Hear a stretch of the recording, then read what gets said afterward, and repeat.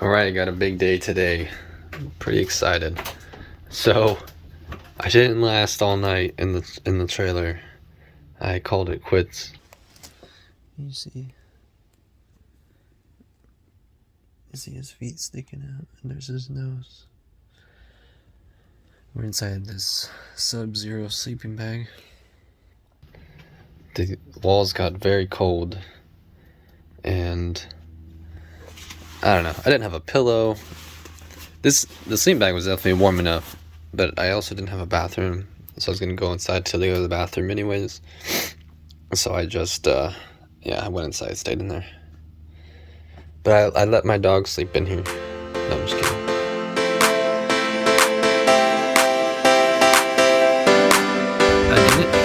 The trailer didn't come with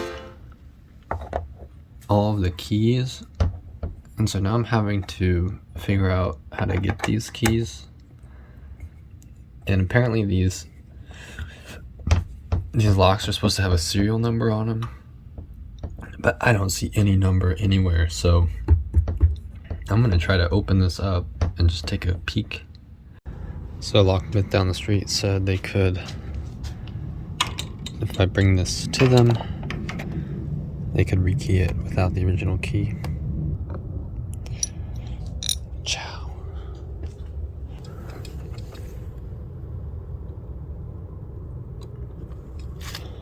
Is it really that simple? Yes, it is.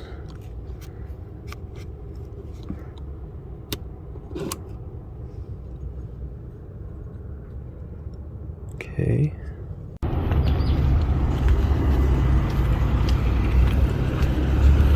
So that didn't work out too well.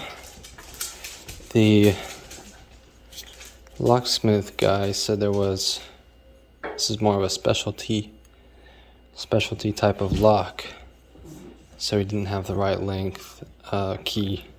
Just want to get a good idea of how much work needs to be done in this. It's a little bit better.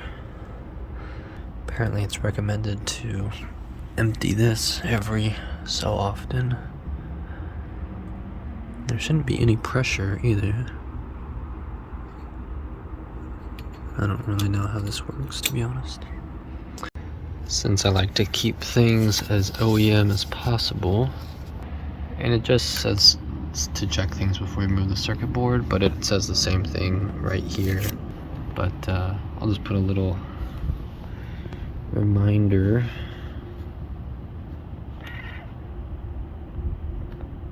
Dang it. Battery died. Okay, take 2. Before replacing circuit, refer to electronic ignition operation. Alright, keeping KK honest. Air tested by KK. I mean, really the main reason I'm going through just looking at things is because this is like my first time being in here. I'm just poking around a little bit.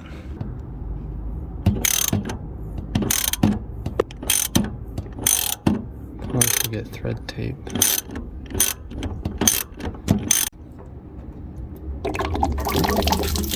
There it goes. A lot of sediment. And the tool's all wet. Well, let this drain for a little while, I guess.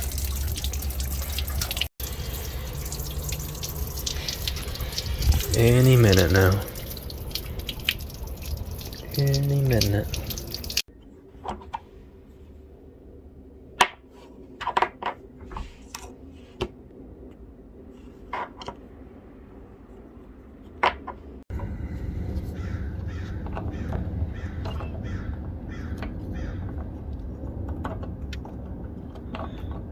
Let's see if this goes in just as smoothly as it came out.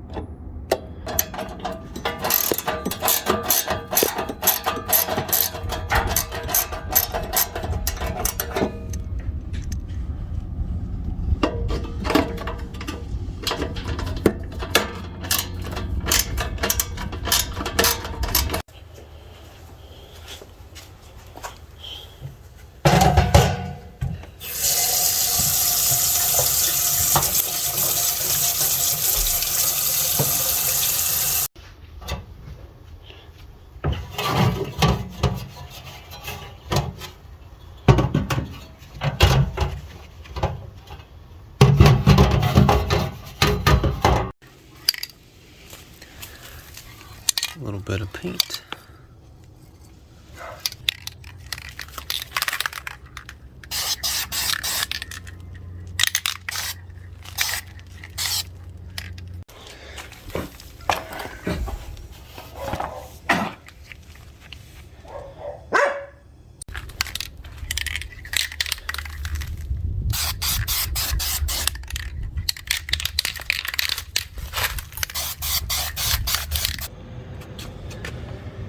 And before and after.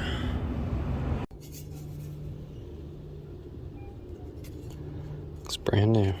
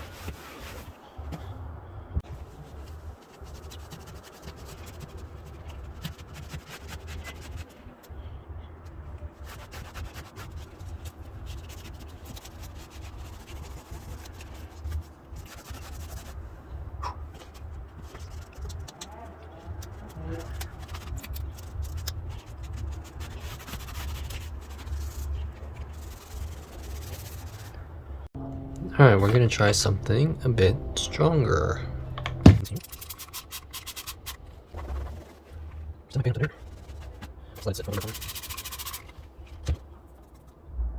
Alright, that's about 30 seconds sitting.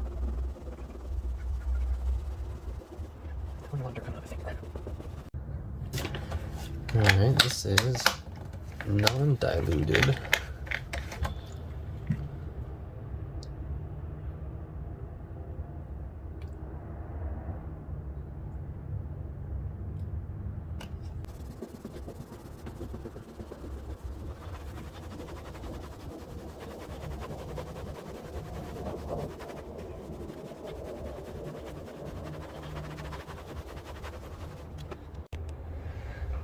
This is gonna take a few days of just scrubbing. This might be a long-term effort. So for this broken piece, I kind of like the idea of being able to remove it and clean up under here because it was pretty dirty. So I think instead of replacing the rivets on here, I think I'm gonna try to replace it with screws. But I'm still gonna drill these out.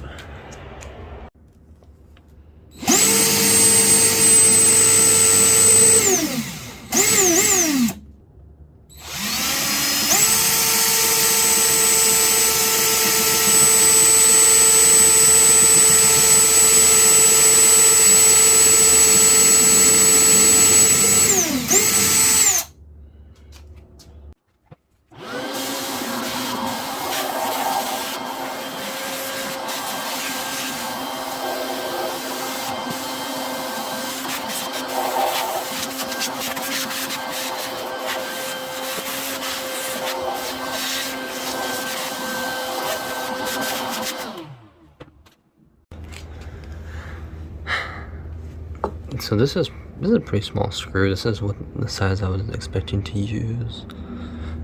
The problem is you can't go straight in because then you'll just poke through this side.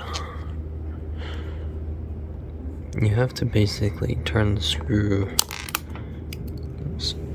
to be parallel with this, to go in parallel.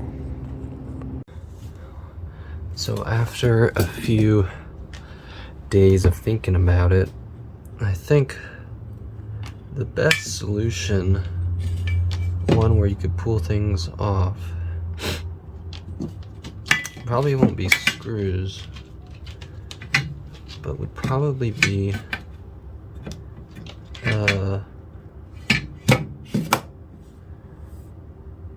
Velcro is what I'm thinking. So I have this old Velcro that I would like to use up. And I also have these newer Velcro that I can always prefer or fall back on. So, you got it on. You come through here and trim the edges off. This is very hard. One hand. There you go. Trim this edge off.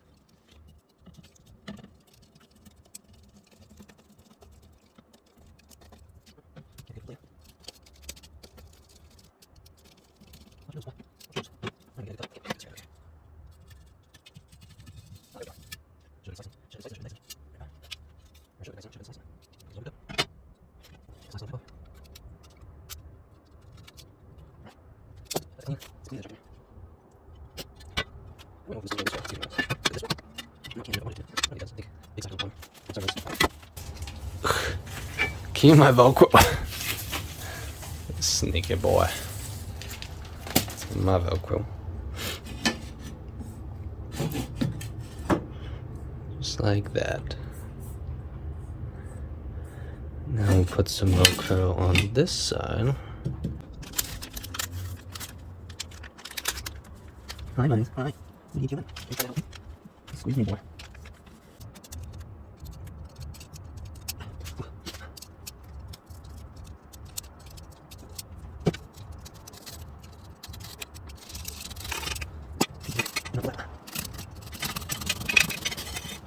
What do you think, guys? Is that enough?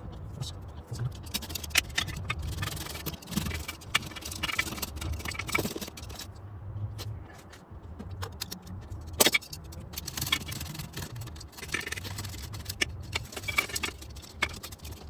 Right, time to test. Test of truth. Let's see if this holds. Doesn't have to do much. That's why I think Velcro is fine. Just has to not fling everywhere. And let that adhesive set. And we're good. That's probably the best way to do it, I think. In Google, our body's rhythm used to be invisible. Then came Fitbit. What if the two forces joined together? What if you were more in tune with your body and with the world around you? Did you get enough static?